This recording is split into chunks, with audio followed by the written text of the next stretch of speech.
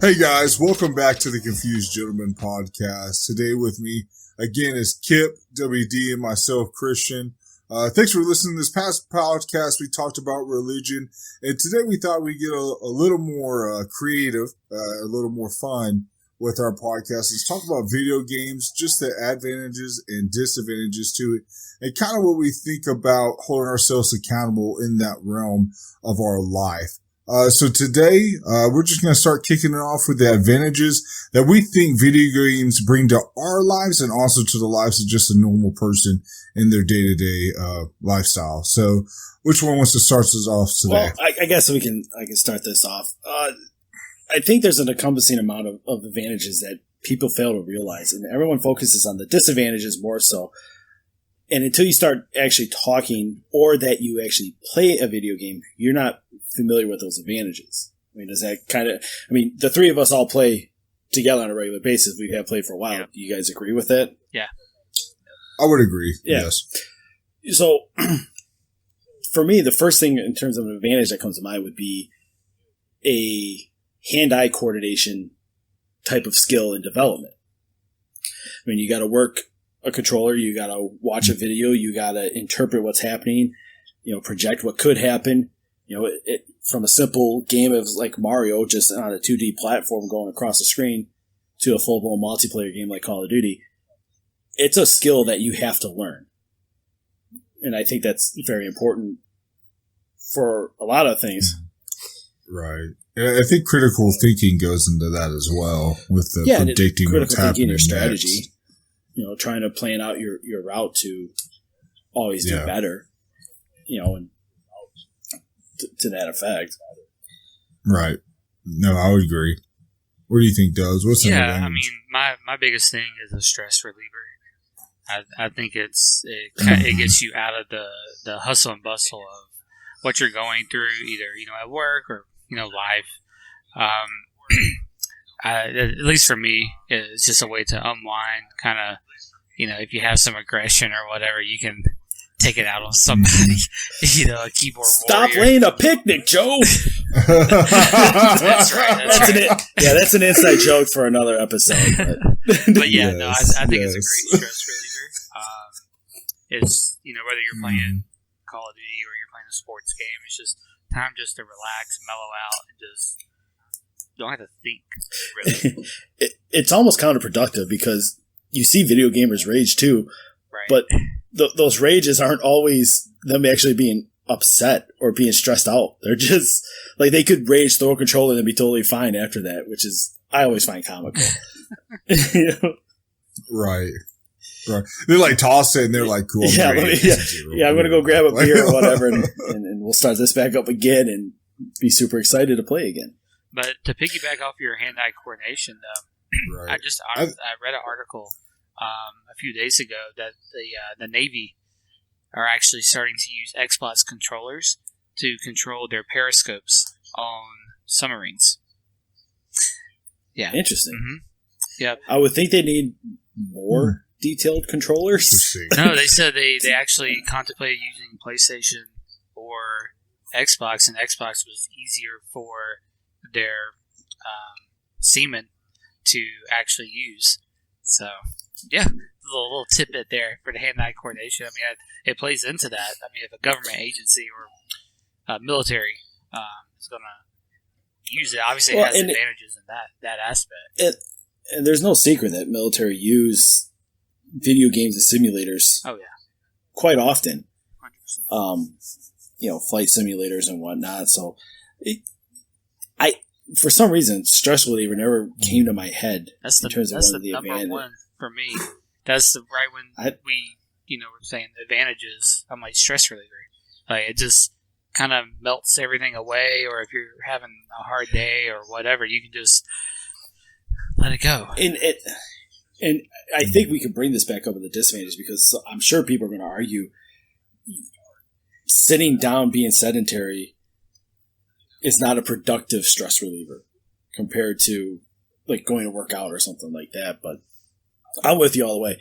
I mean, there's definitely days I just want to grab a drink and sit down and but what's the difference between reality?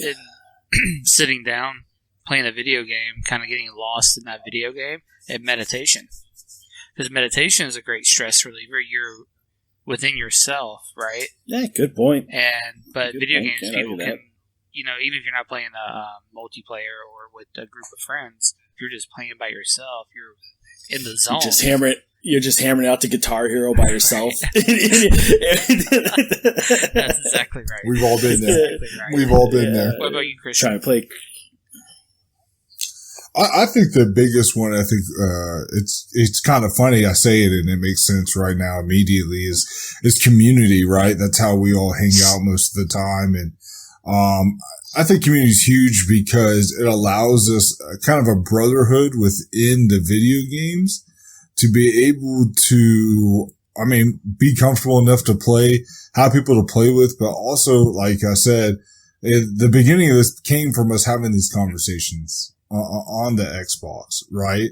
And I just think community has been pretty huge in my life because a lot of my cousins and stuff, moved to, most of my family's from California. So I got to play Xbox with a bunch of my cousins. So that allowed us to stay connected as well. Have family all over Georgia. Can't see them every weekend. And then with y'all, I get to hang out with you almost every night, but not, in person, but on the video games. And I think that's kind of huge too. And I think that goes into the stress relief as well. If you got people just to pretty much hang out with and relax, and play some video games, that's a lot better than what I think you're like just going to do something by yourself. I think community is huge, for your health, especially for your mental health. And fun fact, listeners, me and Christian have never met in person. We met playing Call of Duty through a mutual friend of ours, and now I'm on a podcast talking with him. And so it is quite surreal at times where you do develop these gaming relationships that you never meet the person. And fun fact, you know a lot about them. I only met Dub once before. I didn't even meet Dub too many times before we started playing Xbox. I may have met you once in college, but I don't even think I did. That's a strong baby, but I know we've hung out a few times up here. Yeah. Mm-hmm. Yeah. There's got our asses kicked at a Savage Race. There was a video circulating, I think it was last year, of a gaming group, and the one guy had surgery or cancer treatments or something like that.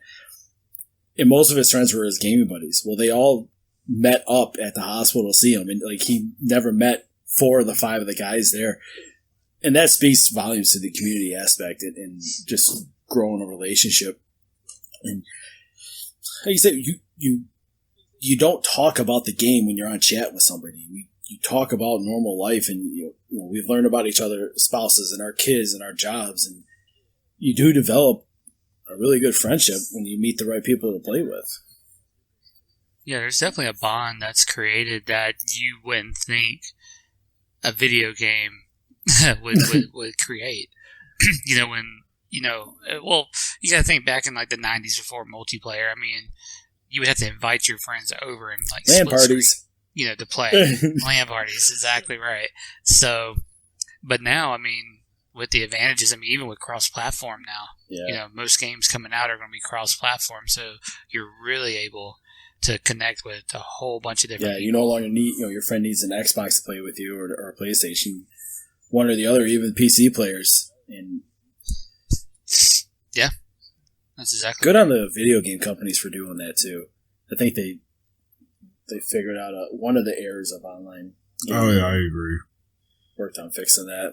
Well, yeah, I think it was much needed for the longest time. And I think finally they realized that, hey, everybody can just go buy a PC and play together. And I think PlayStation and Xbox started to learn that was something we all needed and we're gonna get regardless. So. Well, I think the next thing you do if they're doing cross-platform is to make games accessible on all platforms. Next year they're finally coming out with MLB The Show that'll be available cross-platform. Have you watched some clips of that game?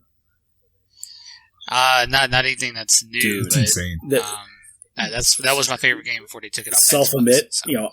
I'll scroll through some TikTok videos, and there's a guy on there that plays the show. He's a streamer. It's incredible. It is such a fun-looking game. I can't wait till it comes out for Xbox. I will crush you, WD. Wow. If you play as the Tigers, Wow. Oh, there it Yeah. is. Yeah, exactly. Okay.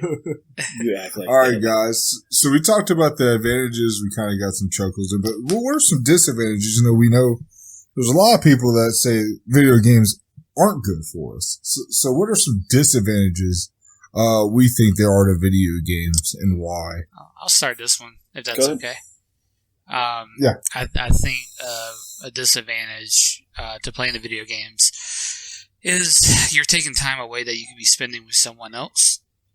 Depending on the time that you're playing the game, like if you're playing during the day, and your family's at home. Okay, I feel like that's an issue myself, unless everyone's taking a nap and you're not, and you just want to get some gaming in or whatever. But I think most of us, we wait till the end of after everyone's gone to bed, or if your spouse is working, you're playing then.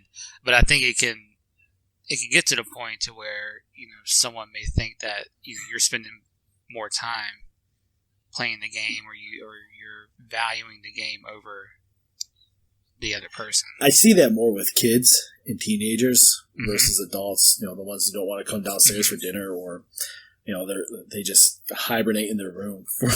I'll self-admit, I was like me that a few in high times. school a lot. Well, I'll get to my gaming in college, which is worse. But in high school, when I didn't have multiplayer, I would sit and play hours a day, and I would still go downstairs for dinner and do the chores around the house and what I had to get done. But I didn't have much of a social life, and I think that was part of it because I enjoyed the game so much. And to add to that, one of the disadvantages is as we said, it gives you an escape from the real world, but that escape could lead into a false reality, right? Where the video game is more important than actual life, and you care more about that than your life, right? And Yeah. That piggyback off of, I think, what I said earlier. I think you just that's what people are thinking. but not just like with the family. I just had this distinct memory of nothing in the real world mattered. It was me being better at this game, or finishing the storyline, or doing it like that, and that's where I think you get this false sense of reality of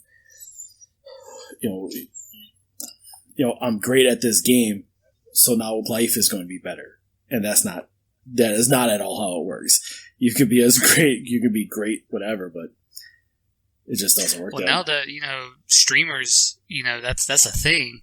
No, With Ninja and Stone Mountain and Shroud, all of that, Shroud.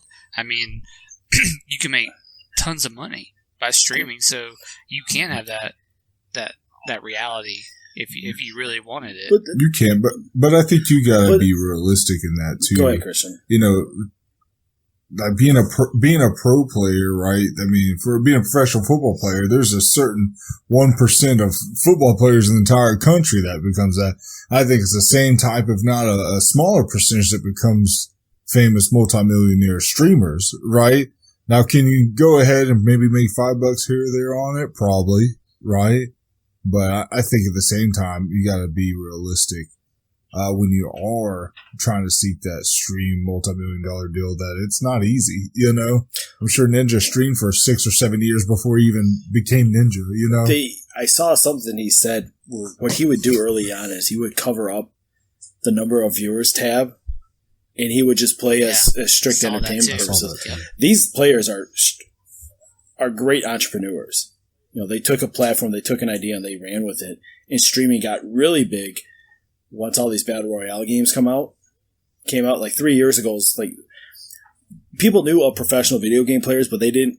Streamers really didn't hit the mark, I think, till maybe 3 or 4 years ago with PUBG. Players unknown. That's when I think it really started to take off, and people started really noticing the potential of what it could get. But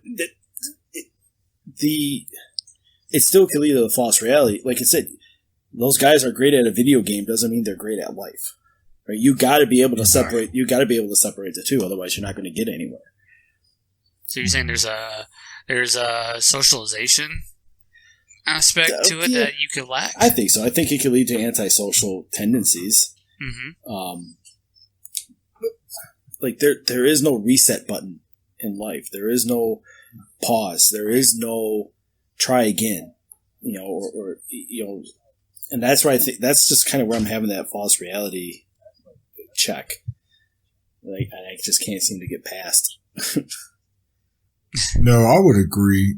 And I think, with me in college, there was a point where I needed to be the best at FIFA, the soccer game. And because my roommate, he was by far the best freshman, if not the best person in the whole university at FIFA. And he would smoke me. And I thought I was really good. So then I started beating him. And then when I realized I could start beating him on a regular basis, I started playing all like the international kids, and I started beating them too. And that became my life. Like I went to class, but I most definitely was like, I'll do homework later. Let me get a few games in online. It's almost like an addiction. Oh, it was. Yeah. 100%. 100%. You want to talk addiction? When I moved down to Georgia, I didn't take a video game system with me with the intention knowing that if I took one, I would play one. And I knew I was entering a professional program, blah, blah, blah. Fast forward, my then girlfriend, now wife, bought me an Xbox, WD, introduced me to Call of Duty Modern Warfare 2. The rest is history. I've been a COD junkie ever since, exactly. Right? Okay. This is definitely an advantage. A disadvantage is the time consumption of a video game. I was garbage at Call of Duty when I first started. I was horrible. And I wanted to be better because I enjoyed the game and I joined everything we talked about in terms of having the community and you have this team and you're trying to win. I didn't like losing. No, that's for sure. But the next game came out, Black Ops 1. So it was like 2007, 2008. To tell you time consumption, that Call of Duty will track your amount of time you played in game. Okay? And a new game comes out every year. Take a guess, Christian, how much time I had on Black Ops 1. 50 hours. Oh, please. 50 hours? 50 hours? 2 days? Okay. I had 39 days, 13 hours, and like 18 minutes of gameplay when I went back in that 1 year of time. I spent a month and a half playing a video game. That's how much, and that's how sucked in you can get. But I tell you what, I had the best KD record in that one. I had all the camos unlocked. I was a pro at Black Ops 1, and I get really good at that point.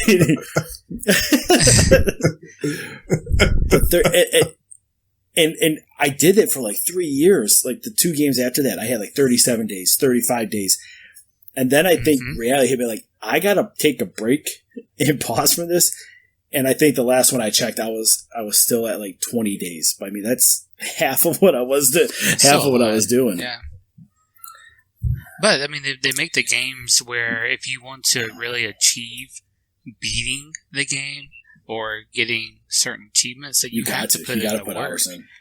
You have to. It's the same as when we were growing up and you're playing, Super Mario, if you will. It took you a while to have to beat it. It wasn't just like, I can just play this, for 4 or 5 hours and then, the game's done. Mm-hmm. There'd be no fun. There's got to be a challenge to it. And then it gets so easy, then you start speed running it. And you say, how fast can I do all 100 levels or beat Bowser? No, you're exactly right. Well, you keep trying to beat yourself. It's like, was it Forza Horizon where the ghost car, if you do the race again, you're trying to beat the ghost car in front of you. You're trying to beat your KD. You're trying to, do that. Exactly. It's just sickening that you read that number, you're like, oh my God. And then you realize what these streamers are putting in. They're putting in 8 hours a day, 5 days a week. Oh. Just playing. That's not editing. That's not doing the social media. That's not doing anything. I mean, oh my God! Like when you have a population that is basically wanting you to do that, I mean, it's a job straight up at that point. You know? I give those guys credit, man. As much as I love gaming, I don't know if I could put in that much time. Oh yeah. To do it and that much commitment. And that's a lot. It's a lot of play. Yeah. Like when you think about it, it seems like a dream You job, really- and then like when you start getting into it, I'm sure like it's exhausting after a while. Oh yeah, because Streaming. Well, they have degrees now because of the streamers, because of Ninja Shroud, Snow Mountain, all of them. There's esports that either you could be professional at. That has actually been. There's a team backed by Warren Buffett. there's one of the colleges It's up in insane. Michigan. I want to say Central Michigan. They're introducing esports to their varsity teams, or one of the high schoolers, one of them. But they got a league forming, and I don't know what games they're going to be playing, but. Well, I'll tell you what. My buddy, he was a part of the video game club or esports club at Georgia Southern. He's an esports coach over at I think University of Illinois or something like that. He's the esports coach. Absolutely wild. You know, and I'm. It's insane. Yeah, I could oh just yeah, go. you could. Yeah. What's that? Yeah. It's got benefits. Oh man, I don't know, man. He seems to love it. I've checked in with him a few times. That dude, yeah, he's the esports coach. I mean, he's the head coach of the esports team, and they go do and play tournaments and stuff. It's insane. I mean, he gets paid by the college to be the coach. Okay, do you guys think there will be a time, maybe, or how long do you think it would take before the esport coach gets more popular than the varsity football coach? It'll be 10 years. Think so? it'll be a while. In my honest opinion, Yeah. it probably won't ever happen. Football, especially down now, if you're talking about specifically football down not. south, So football's king. It will imagine never that world not though, be where king. I think it's fair to say football, basketball, college coaches tend to be the high, like the 1 and 2s, depending on the college. Okay, having an esport coach, in that discussion of how would you rank University of Michigan's coaches? Do you go Jim Harbaugh with the football, or do you do this guy with the esports, or this guy with the basketball? It'd be so fun on my side to see an esport coach just bing or get recruited or get talked about on ESPN. University of Washington signed so and so to the largest esport coach deal. I'm like, that's just going to rock headlines the first time it happens. It's going to be awesome. Oh, 100% it will. Well, I think, going back to the disadvantages with all that, I think the biggest thing, I think, I said community, but also there's an online community out there that is a disadvantage, right? You have the trollers, the haters. You see the memes, trollers, haters. You see the Modern Warfare 2. Yes, that's what I was about to say. The Modern Warfare 2 lobbies that, talked about your mother in ways that we can't see on Yeah, for the new parents, if you're listening, if you want to know how vile a community can be, just YouTube Modern Warfare 2 lobbies and you'll be astounded by what was being said by 12-year-olds, 10-year-olds at that time. Just think that's the tip of the iceberg. It most definitely got worse than what's recorded. Now you don't have that option anymore. Like it's rare that you have a lobby like that because you're mostly playing with friends. But in a game chat, everyone's just going off on each other. Absolutely hilarious at times, and then disturbing at other times. 10-year-olds saying they can hack your account. Blah, blah, blah. It's like, shut up, you little kid. It's insane. Get out of here. Oh, yeah. I remember there were times you were laughing and then times you just muted the whole lobby. You were like, nope. I'm not, I can't handle this. Yep. WD, he's got a fun story. His first time playing Search and Destroy on Call of Duty. No, no idea what to do, and he just got steamrolled by all his teammates. Almost maybe not want to play anymore. It was my very first game I ever played multiplayer. Never knew how to play Search and Destroy. I had the bomb. I was the last guy alive, and I had to go plant it. And I just stood behind a barrier of sorts. I believe it was a wall. And, I got berated in the lobby. They told me to go kill myself and that I should not ever play this game again. So I still played it, and I'm glad I did because I wouldn't have jokes on them because you still suck at the games. So wow, you got jokes. Okay. All right. So what are we talk about advantages and disadvantages, and we kind of talked about, how do we hold ourselves accountable with that time we spend? Kind of WD kind of touched on it, talking about, taking time away from others, but how do we just kind of self-regulate ourselves with how much time we spend on those video games? And also, you all have kids. How would you self-relegate your kids to how much time they spend on those video games versus, I guess, in reality? Well, for myself, it did take me those years in college for me to realize that I got a little bit of a problem. And it took a lot of discipline. And I think, just like any other addiction out there, smoking, drinking, whatever, it takes a lot of internalization. And you got to say, okay, I'm not going to play now, or I'm not going to play until, I play with WD a lot. So I'm not going to get on until WD gets on. Until then, I'll just watch TV. I'll do whatever. And that's how it kind of started for me, was just saying, I'll only get on when so-and-so is on. I'm not just going to get on by myself and and putz around and do whatever. And back in high school, I never really did that. I just kind of played until it was time to go to bed or to do something else. All right. What do you think, Dubs? I think that games today are a lot different than when we grew up.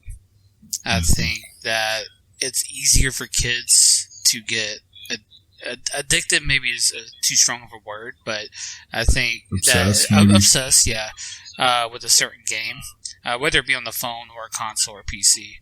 I think it's a lot easier to do that now. It's more accessible. We had to load cartridges up. Blow the N64 cartridge. Exactly. right. Yeah, exactly. Now it's you don't even have to have a disc. It's just digital. Turn the Xbox on, turn the PC on, turn your phone on. Have exactly. An app.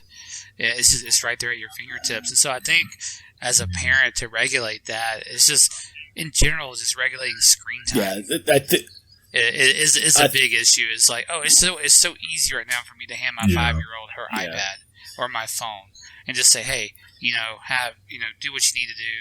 Just you're good right now. So. And I think that's the main thing is screen time. Like you have to limit it based on their age.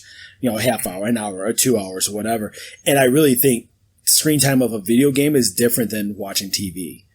I know some people will blend. Screen time is all in one of electronic devices. I think TV is completely different. But even with my 2-year-old, he'll want to watch Mickey or Muppet Babies or whatever. Mm-hmm. We have to stop him or he'll just go and go and go and go. Oh, yeah, 100%. And he turn it off and he cries and whines. You get 3 minutes of sass and then now all of a sudden he's starting to play with his basketball hoop and all that stuff, which is all fine and dandy. But just recently we had to like stop him for 3 days because he would come downstairs and start Mickey, Muppet Babies, whatever, grab the laptop to bring to us. Or he would open up and just start hitting keys, hoping it turns on. It's like, no, you're going to stop. You're not going to rely on this. Do something else. And you think that falls on us as yes, parents absolutely, as well? Because to be more engaged with our kids. Not that we're not engaged, but just the fact of let's go outside and do something. Or let's be constructive in some other aspect. It's so easy just to let knowing that Kai could lay there for 4 hours and just watch a show. There's so much. I could play my games. I could do my chores. I can do whatever I got to do. I can do the dishes. It's so easy, and it's so easy to fall into the trap of convenience as a parent instead of fighting it. And of course, he's not old enough to just say, kick you out, go play outside, throw a ball around, or get a stick. I can't do that with a 2-year-old. But as a kid gets older, when they're 8, 9, 10, 11, you have to force them just to say, get outside, turn the Wi-Fi off, don't give them the password, don't let them do. There's a lot of things you got to do to stay on top of them so they don't get sucked in. I think giving them options too is key. Like you said, you got a hoop, you got different things around the house that they can do. And I think, being a teacher, in my past profession, I saw a lot of parents just hand kids their tablets or their phones and stuff. And then I taught reading and history, and they'd come in and be like, all right, let's read this book. I could show you any book and be like, find the table of contents and show me what this is at, right? Within reason. Well, I showed them that book at, 5th grade to all the way to high school, and they were like, I don't even know I don't even know how to find a table of contents. You know what I mean? Like something as simple as that. And I think that's huge because a lot of parents now are saying, here's the phone, here's the screen, whatever. Yeah. And at some point you do need that break. And I think that's fair, you know, but in the same token, I think you have to be responsible. Well, that's the key. I mean, you don't play until the homework's done. You don't do this until you're your kid in the future. You know, video games should be seen as a reward in sorts and not as a crutch, right? Or not as something to do. And it goes even later, you know, it's how many kids do you think sneak, you know, well, they don't make Game Boys anymore, but you know, hell, my 5-year-old will come down here after we put her down to bed. Every so often, we'll find her iPad up in her room. It's like we know you had it. You know, she right. You know, and then she'll say, "Oh no, it was just up here. I just want to sleep with it." We know. Oh yeah, I made all these tricks up. Right. Right. Exactly. But you can't necessarily give them a choice either, though, Christian, because they're going to pick the video game 9 times out of 10. Every time. But maybe you mean like a choice as in maybe video games is not the option. Like maybe different options. Maybe it's something constructive or going outside or learning a new task if they're old enough to learn something that way. You know, maybe now you have screen time or video game as an option. Maybe that's what you were getting at. I don't know. Well, yeah, that's what I meant. Like, you know, Kip has the hoop for his kid. And I think that's huge. And honestly, from a teacher and a sports coach mindset, I think it's awesome that your kid's over there hooping it up. Every time I hear about the back of the Xbox, it makes my heart grow big. I love it because I think that's just awesome for you as a parent to have that set up. You know, but I think giving them that option to do that's fantastic. It's funny. He's got his hoop and he's got a plastic little golf set. So he takes his little pitch. He's got his pitching wedge out here, and he'll hit every ball. And he's actually starting to line up and swing instead of just swinging all haywire. So it's kind of fun to mess with him and all that. But he likes it. And he enjoys playing like that. But you got to just snap him out of the virtual realm. You know. Because you do get sucked into it, man. I mean, it's most definitely something. And like we've all said, we've had that point where we've been like, I didn't realize I was playing for 7 hours. Or I didn't realize. If it's a day now, I've been up all night. Or on a Sunday or whatever, I could put in 8 to 10 hours of game, no problem, no questions asked. And it, that was easy. Like there was nothing wrong with that. You fly through lunch, you fly through dinner, you're eating some chips or whatever. Got a few dabs in that. Call it a day. Oh, well, Molly hates that because sometimes I'm off day. I kind of do the same thing. Molly comes home, she's like, "Did you eat?" And I'm like, "I had some." Yeah, we know. Slurping on the mic as we're playing. Hey, that's the nighttime snack, man. Don't hate on it. To add to the self-regulation, this might help with a lot of married couples out there. My wife works midnights. I work a normal shift. So, early in our marriage, she worked afternoons. So, the general rule was, and she had alternate. She works at a hospital, so it's different shifts and stuff. When she was home, I wouldn't play. So we would hang out, spend time together. But when she was at work, I would play. And we had the understanding is do not expect to get a lot of stuff done on the days you're at work because I'm going to be playing, get my time in. But when you're home, you have my attention. We'll do things as a couple. We'll do things as a family. And that's really worked for our relationship. I'm sure there's a lot of married couples up there that struggle with it. Me and Molly did there for a while. Just getting used to going from a bachelor life, right, to being married. Nobody told me when I couldn't play. Tried to warn you. You did. I think there was a lot of warnings, a lot of some signals.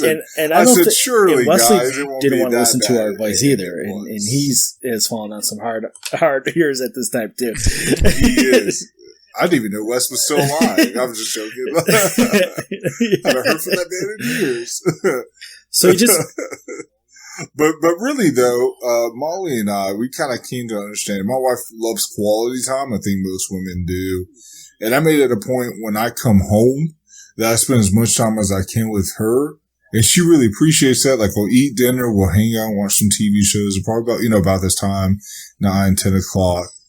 She'll start to wind down a little more. She'll go to bed about 9:30, 10 o'clock. And then y'all know, I get on between that 9:30 to, 11 o'clock times when I play. Or like we did last night, we stayed up forever and we stayed up till 1:30. Yeah, it's not. You haven't played till 4:30. We'll do that. Before. What you say too. But I think my wife and I went through a phase where I was very selfish, thinking, I'm going to play. I don't care what you got to do. And that just doesn't work. But I think too, we kind of came to a compromise. She realized, like, I'm not going to not play, like that's just not an option. But in the same token, I made sure that she knew, like, I was going to value her and, like, we're going to spend time together. And then I'm going to be able to get that, stress-free community time in after she went to bed. It's all what it comes down to is you just got to have the compromise and not be disrespectful. Again, with me, with the condo we're at, my system's set up in the living room, so we only have the TV in the bedroom and the TV downstairs. It's not fair to her either to me just play on the couch using the one TV and her just sitting there. She doesn't want to watch me play all the time. All right. And that's our problem too, is we have a TV up in the bedroom, a small TV, but we just have the main TVs in the living room. We kind of have that issue. You can't play on a small TV. I need to watch something. Nah. Right. Exactly. That's disrespectful at some point. But yeah, guys, what are some last minute thoughts we have about this? For me, it would just be, especially for the parents, is really monitor the kids' behavior with the game. It's okay if they get frustrated and annoyed because they're losing or trying to get better. It's another thing if they start, throwing the iPad or throwing controllers or punching walls or whatever. I think it's not so much to have to worry about the actual gaming time. It's more the behavioral changes. If they are becoming more antisocial, if they don't want to go out, if they scream and holler, if they, as they get older and they're in high school and their grades are suffering and they don't want to do the social, that's when I think you got to start stepping in and maybe having a series of talk with the kid if they're old enough to understand, or start making, the sacrifices for the kid. And again, evidence of myself is looking back in retrospect, there's a lot of things my parents could have done to avoid me getting to a path that I was at. But they also really didn't know video games, right? So it was all new to them. We had the advantage of of growing up with Super Nintendo to having the systems we have now. We've seen the change. We know how it works. And the kids nowadays have no idea of what it was like to what it is now, and just how easy it is to fall into a trap of problems they can have. Again, there's a ton of benefits to a video game. You should applaud them and encourage them to be good at a game and take interest in the game. For us, Call of Duty is a game. Now, again, I don't think a kid 10, 12 years old should be playing Call of Duty. That's a different situation. But watch them play. Let them talk to you about the game. Let them talk to you about your interests. And I think that's going to help strengthen the bond between a parent and a kid as well. Similar, if they had an interest in football, you're going to talk football with them. So why not talk video game with them and learn a little bit? Right. And I would agree. And I think, too, my kind of final thought is just make sure that, coming from the newly married, make sure that as you're coming of age, and make sure you take care of yourself when it comes to video games. Make sure you're self-monitoring yourself. But also when you get married, make sure that you empathize with your significant other who doesn't play video games, and realize that they don't want you to not play the video game. They want you to pay attention to them. And it's two different things, that they'd much rather spend quality time with you than watch you play. Right. But in the same token, don't take that offensively, right? And I think someone loves you enough to say, hey, bro, I want to hang out with you. Like, go hang out with them, because honestly, there's a lot of people in this world that don't have that, and it's a huge blessing. Dad, don't let your gaming group bully you into playing. As much as of a hard time we give each other about getting off early or right. We all say no. Right. we also have the respect for it too. Like, yeah, we're gonna bust your balls a little bit, but that's just what we do. But none of us are serious about it. So if you have those toxic gaming partners, just let them go and find new people. Yeah, and I mean my little final thought. I mean y'all see guys. I mean it's perfectly sums up what we talked about and all. But I think it's just dealing with this. It's just a way to just let go. Like if you need an out, if you're super stressed, if you're angry or whatever it is, video games are a good way to let that out. Not necessarily yelling at people and all that, but just getting immersed into a game. Whether it's multiplayer or just some like Assassin's Creed where you can just go on for days. Red Dead Redemption. Red Dead Redemption. I mean, you just immerse yourself in it, and it's like you can just stress-free life. So, that's my thing. That you cry. That's my final thought on it. Is it could be a great stress reliever. 100%. And I like it, and I agree. But also, just to close this out here, WD, what is the dub nugget of the week? The nugget of the week. So, guys, did you know that you can tell? Did you know you can tell the temperature outside by counting a cricket's chirps? I did hear that is a fact. Based on the number of chirps can help with the temperature, but I don't know the details. So it's a pretty close approximation of Fahrenheit. So what you do is if you count how many times a cricket chirps in 15 seconds, okay, and then you add 37 to it, that will get you a pretty accurate Fahrenheit. Interesting.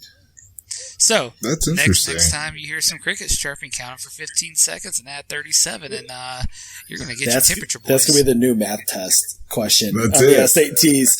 A cricket chirp for 14 chirps in 10 seconds.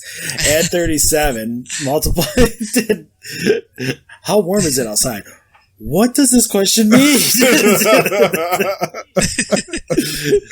Good nugget. Exactly right. All right. Good job. We like that. Well, hey, guys, I appreciate y'all listening to us today. Again, this is the Confused Gentleman podcast. We're going to be posting every week. Go ahead and like our stuff. Subscribe. Hit the bell, guys. And we look forward to talking to y'all next time. See you guys. See ya. See ya.